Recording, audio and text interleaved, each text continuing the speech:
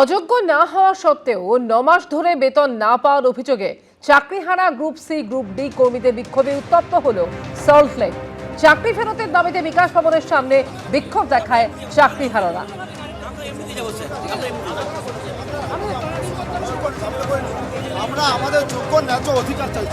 আমরা দেখছি পুলিশি ধরপাকড় শুরু হয়েছে। শিক্ষাকর্মীদের যে আন্দোলন, সেখানে পুলিশি ধরপাকড় শুরু হয়েছে। সল্টলেকে বিকাশ ভবনের দিকে যে মিছিল যাচ্ছিল, সেই মিছিল থেকে ধরপাকড় শুরু হয়েছে। টেনে হিচড়ে গাড়িতে তুলছে শিক্ষাকর্মীদের। এই ছবি একদম ময়ূখ ভবনের সামনে, বিকাশ ভবন এবং ময়ূখ ভবনের সামনে আমরা দেখতে পাচ্ছি সে ছবি। শিক্ষাকর্মীর সঙ্গে রীতিমতো ধস্তাধস্তি হচ্ছে পুলিশের, এবং সেই ধস্তাধস্তির মধ্যেই পুলিশ এইভাবে শিক্ষাকর্মীদের গাড়িতে তুলছে, আটক করছে। আজকে 12টার পর শিক্ষাকর্মীরা আজকে করুণাময়ী থেকে মিছিল শুরু করেন, এবং সেই মিছিল বিকাশ ভবনের দিকে এগোতে গিয়ে বারবার বাধা পায়। আমরা দেখতে পাচ্ছি সেই ছবি। যোগ্য হয়েও আমরা বেতন পাচ্ছি, সেই জিনিসটা আমাদের সমাধান করুক। পুলিশ আমাদেরকে তুলে নিয়ে যাচ্ছে, আমরা তো শান্তিপূর্ণ ভাবেই বসেছিলাম।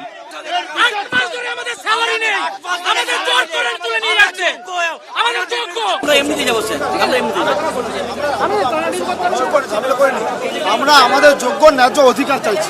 আমরা পাচ্ছি না। আজ 9-10 মাস বেতন বন্ধ আমাদের। পেটে জ্বালায় আমরা এখানে এসেছি, কিন্তু সরকার কিছু করছে না।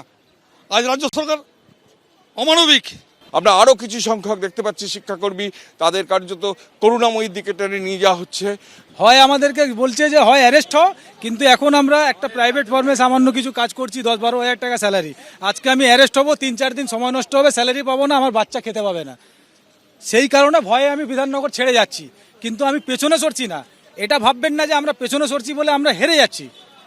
আমরা কিন্তু হারছি না, এর একটা বিহিত দরকার আছে। শিক্ষাকর্মীরা যারা আন্দোলন করছিলেন, যারা চাকরি ফেরতের দাবিতে, যারা নিজেরা যোগ্য বলে তাদের কেন চাকরি ফেরত হবে না সেই দাবি করছিলেন, তারা এখন তাদের এইভাবেই সরিয়ে নিয়ে যাওয়া হচ্ছে। যিনি মমতা ব্যানার্জি, তাকে মাতৃরূপেই আমরা বিশ্বাস করেছিলাম। যখন উনি নেতাজি ইন্ডোরে ঘোষণা করেছিলেন যারা যোগ্য তাদেরকে আমরা সম্পূর্ণভাবে সেফটি দেবো এবং তাদের চাকরি আমরা সুরক্ষিত রাখবো। যেটা করলো আমাদের সঙ্গে এক্সটেনশন করলো আগস্ট পর্যন্ত, আমাদের পর্যন্ত কিছুই নেই। আমাদের দ্বিচারিতা করলো সরকার, সম্পূর্ণভাবে দ্বিচারিতা। যে এইভাবে পুলিশের তরফে কোন দিকে যেতে হবে তা একদম নির্ধারণ করে দেওয়া হচ্ছে। অর্থাৎ বেশ কিছু সংখ্যক যারা শিক্ষাকর্মী তারা মেট্রো স্টেশনের ভেতরের দিকে যাচ্ছেন, অনেকে এখানে দাঁড়িয়ে আছেন, এবং পিছনে বিশাল সংখ্যক পুলিশ আছে, এবং পুলিশ তাদের ওখান থেকে সরে যেতে বলছে। তারা দীর্ঘক্ষণ রাস্তার ওপর বসেছিলেন, কোনো রকমের রাস্তা আটকানো যাবে না এবং বিকাশ ভবনের দিকে যাওয়া যাবে না, পুলিশের তরফে বারবার বলা হয়েছিল। পশ্চিমবঙ্গে এসআইআর ঘিরে তপ্ত রাজনীতি। ফের নাম না করে মুখ্য নির্বাচন কমিশনার জ্ঞানেশ কুমার এবং রাজ্যের মুখ্য নির্বাচনী আধিকারিক মনোজ আগরওয়ালকে নিশানা করলেন মমতা বন্দ্যোপাধ্যায়। পাল্টা আক্রমণ শানিয়েছে বিজেপি। ইলেকশন কমিশন একবারও কি ভেবেছেন জ্ঞানেশ কুমার বাবুরা? একবারও বিজেপির দালালরা ভেবেছেন? এসআইআর আবহে ফের নাম না করে মুখ্য নির্বাচন কমিশনারকে নিশানা করলেন মমতা বন্দ্যোপাধ্যায়। এটা অবশ্য প্রথমবার নয়, এর আগেও মুখ্য নির্বাচন কমিশনারকে নিশানা করেছেন তৃণমূল শীর্ষ নেতৃত্ব। আপনারা কি জানেন সদ্য ইলেকশন কমিশনার হয়েছেন কে? মাননীয় স্বরাষ্ট্রমন্ত্রীর যিনি মাননীয় সচিব ছিলেন ডিপার্টমেন্টের, কোঅপারেশন ডিপার্টমেন্টের, তার সেক্রেটারিকে করে দিয়েছেন প্রিন্সিপাল সেক্রেটারিকে, মানে তিনি ডিপার্টমেন্টের সেক্রেটারিকে করে দিয়েছেন চিফ ইলেকশন কমিশনার। টোটালটাই বিজেপির লোক দিয়ে ভরা। আপনার অনেক তথ্য আমাদের কাছে আছে, আমি পুরোটা আজকে বলতে চাই না, সময় মতো সব মানুষের কাছে উপস্থাপিত করব। সোমবারও ফের মুখ্যমন্ত্রী নিশানায় পড়লেন মুখ্য নির্বাচন কমিশনার। টেনশন যত বাড়ছে, হতাশা যত বাড়ছে, সামনে হার যত দেখতে পাচ্ছে, ততই দেখবেন মাথা খারাপ হবে আর এই জাতীয় গালিগালাজ করতে থাকবে। কিন্তু এবার পশ্চিম বাংলার জনগণ কোনোভাবেই এই সরকারকে আর রেয়াত করবে না। বাংলায় পরিবর্তন হবেই হবে, আর সেই পরিবর্তন তৃণমূলকে তাড়িয়ে বিজেপি ক্ষমতায় আসবে।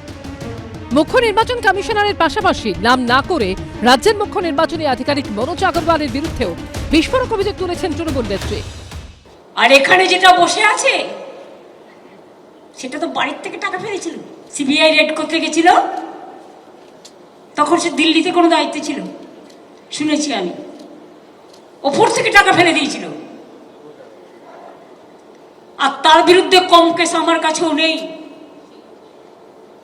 তিনি ভয়ে অফিস শিফট করছেন, সেন্ট্রাল গভর্নমেন্ট অফিসে যাবে, স্টেট গভর্নমেন্টের পারমিশন ছাড়া, সব ইল্লিগাল, যাতে সাংবাদিকরা ধরতে না পারে, কোনো মানুষ কথা বলতে না পারে, ওনার যা যা করার উনি করতে পারেন, ইধার উধার করতে পারেন। এত টাকা কে খাবে? এই রকম অভিযোগ আপনি সিওর বিরুদ্ধে করে থাকেন, তাহলে আপনার সময়কার এটা অভিযোগ। আপনি জেনে শুনেও তখন তার বিরুদ্ধে কোনো ব্যবস্থা নেননি কেন? তার মানে ওর কাটমানি আপনি পেতেন। আজকে যখন তিনি আপনার এই চুরির বিরুদ্ধে যখন সত্যতার লড়াই লড়ছেন, তখন নানা রকম কলঙ্কে কলঙ্কায়িত করার চেষ্টা করছেন। বিধানসভা ভোট যত এগিয়ে আসছে দরজা ততই সপ্তমে উঠছে।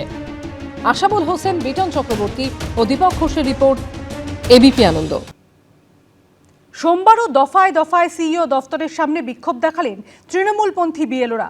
ব্যারিকেড ভাঙার চেষ্টা করলেন বিক্ষোভকারী বিএলওরা, ব্যারিকেড উপড়ে ফেলার চেষ্টাও করলেন তারা। সোমবার এসআইআর নিয়ে মুখ্য নির্বাচনী আধিকারিককে নিশানা করেন মমতা বন্দ্যোপাধ্যায়।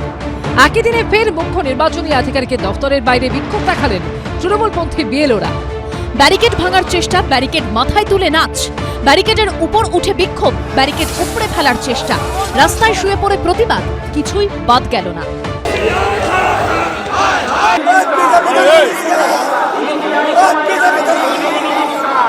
বিক্ষোভ চলাকালীন ব্যারিকেডের উপরে উঠে ওপারে যাওয়ার চেষ্টা করলেন মহিলা বিক্ষোভকারী।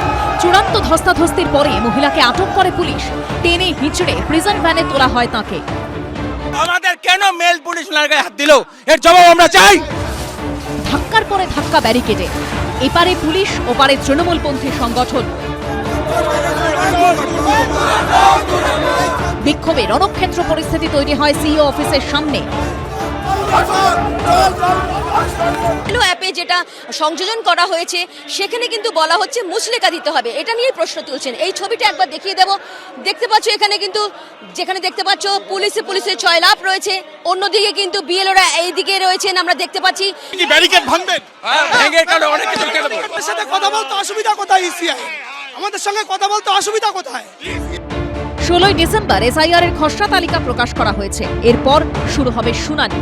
যারা শুনানিতে ডাক পাবেন তাদের বাড়িতে গিয়ে নোটিশ দিয়ে আসবেন বিএলওরা।